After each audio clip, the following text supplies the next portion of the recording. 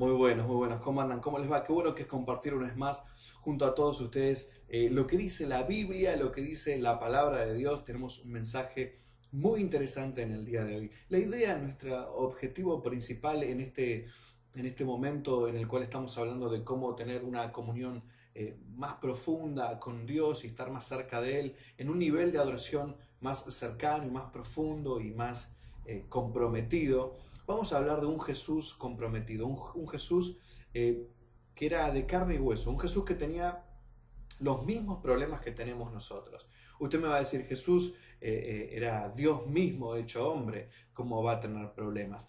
Pero justamente lo que Dios quería en ese entonces y quiere hasta el día de hoy con Jesús era demostrar que se puede vivir en santidad, que se puede vivir como Dios quiere, aún siendo hombre también.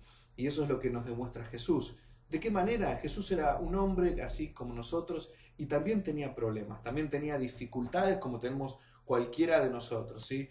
Todos tenemos problemas económicos, problemas de todo tipo, y Jesús también tenía ese tipo de problemas comunes. ¿Quién no ha tenido problemas en su familia cuando empieza a asistir a alguna iglesia, ¿no? Y tu familia empieza a decir cosas de vos o no te cree mucho en lo que vos estás diciendo. Bueno, a Jesús le pasaba algo parecido. Yo tenemos que vayas a Juan capítulo 7 versículo 1.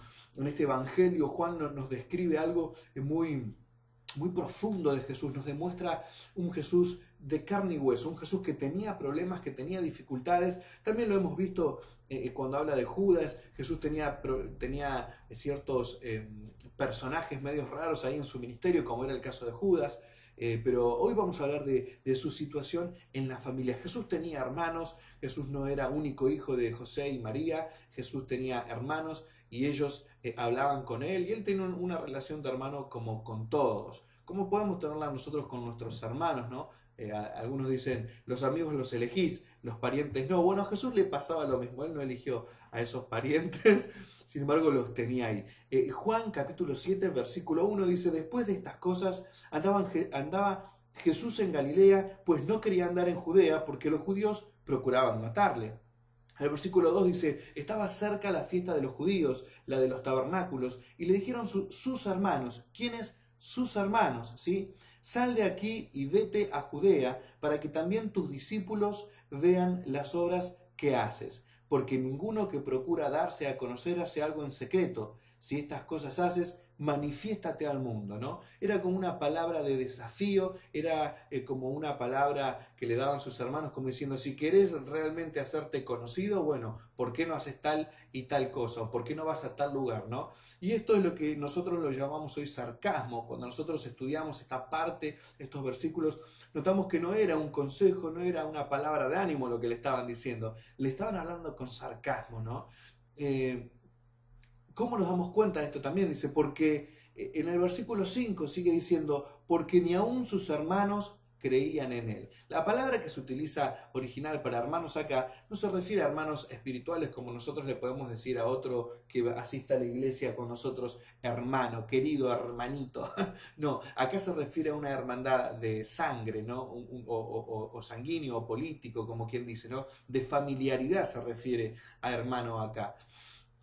Entonces lo que notamos en este caso es que le estaban hablando con sarcasmo, ¿no? ¿Cuántas veces nos han dicho, bueno, y vos que te querés hacer conocido, a vos que te gusta la tele, que te gusta la radio, o que te gusta andar por ahí predicando, haciéndote el evangelista, el pastorcito, como me decían a mí de chico, pero a ver, ¿por qué no haces esto, no haces aquello? ¿No? Siempre aparecen personas así. Muchas veces aparecen personas, aún en nuestra propia familia. Yo le quiero demostrar que Jesús tenía las mismas dificultades, los mismos problemas. Había gente que lo sobraba, había gente que le hablaba mal, había gente que le hablaba con sarcasmo, como diciendo, fíjate esto, ¿por qué no haces aquello? Si realmente te querés dar a conocer. Y le dijeron sus hermanos, sal de aquí, vete a Judea para que también tus discípulos te vean. ¿Qué le estaba diciendo? Como diciendo, no te ve nadie. Vos haces milagros, haces cosas, querés hacer cosas y ni siquiera tus discípulos te siguen, ni siquiera tus discípulos ven lo que estás haciendo. Por eso le dice, para que aunque sea te vean tus discípulos, como diciendo, no te ve nadie lo que estás haciendo. Si querés hacerte famoso, ¿por qué no vas al lugar donde más gente hay, al lugar donde más poblado hay de gente, donde la gente te pueda ver y pueda hablar lindo de vos? Pero Jesús la tenía muy clara, la tenía súper clara. Él sabía muy bien para qué estaba en este lugar. Entonces Jesús le dijo, mi tiempo aún no ha llegado, mas vuestro tiempo, o sea, el tiempo de ustedes, siempre está presto, siempre está a punto, siempre está presente. Dice, no puede el mundo aborreceros a vosotros, o sea, el mundo no los puede odiar a ustedes, mas a mí me aborrece porque yo testifico de él. ¿De quién? De Dios. Que sus obras son, o sea, porque yo testifico de él, y dice que sus obras, se refiere a la gente, que sus obras son malas, dice. El 8 dice, subid vosotros a la fiesta, yo no subo todavía a esa fiesta, porque mi tiempo aún no se ha cumplido, y habiéndoles dicho esto, se quedó en Galilea. Bueno, interesantísimo. Jesús sabía lo que quería, sabía a dónde iba, sabía lo que apuntaba, él la tenía súper clara, pero les tuvo que aclarar, y les tuvo que llamar la atención, y les tuvo que marcar, como quien dice, ¿no?, cómo son las cosas, ¿no? Porque a veces la gente no sabe y habla por lo que ve o por lo que cree de uno, pero no sabe, obviamente no va a saber lo que Dios te está diciendo a vos. Vivimos en tiempos en los cuales hay muchos acusadores, aún personas que asisten al mismo lugar que vos, te van a acusar y te van a decir un montón de cosas, o no van a entender a dónde Dios te llama y te puso.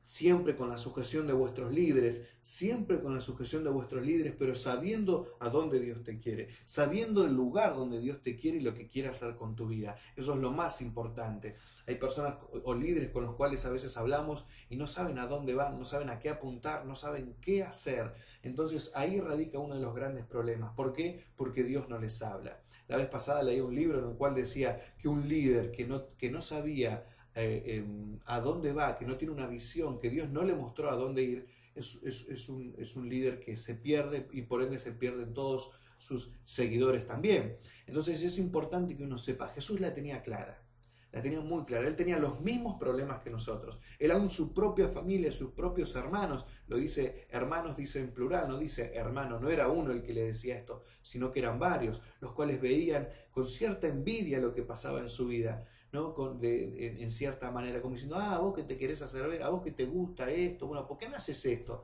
¿Por qué no haces aquello? Como sugiriendo cosas. Bueno, estas son algunas de las cosas que le pasaban a Jesús, y es interesante cómo vemos todo esto. Y a nosotros también nos puede pasar, o seguramente no, si no nos pasó, nos puede llegar a pasar, pero lo importante es que sepamos cuál es el lugar donde Dios nos puso, que sepamos a dónde Dios nos quiere llevar, y que tengamos bien en claro eso, para poder dar una contestación con la palabra de Dios, no diciendo cualquier cosa, no contestando mal, no hablando mal. Jesús no le dijo, ¿y ustedes qué se meten? ¿Por qué no se meten en sus cosas y dejan de molestarme a mí? No le contestó así, le contestó con la palabra, le contestó con sabiduría, le contestó diciendo la pura verdad, que era, yo estoy acá para decir lo que dice mi Padre, yo estoy acá para decir lo que Dios quiere que yo diga.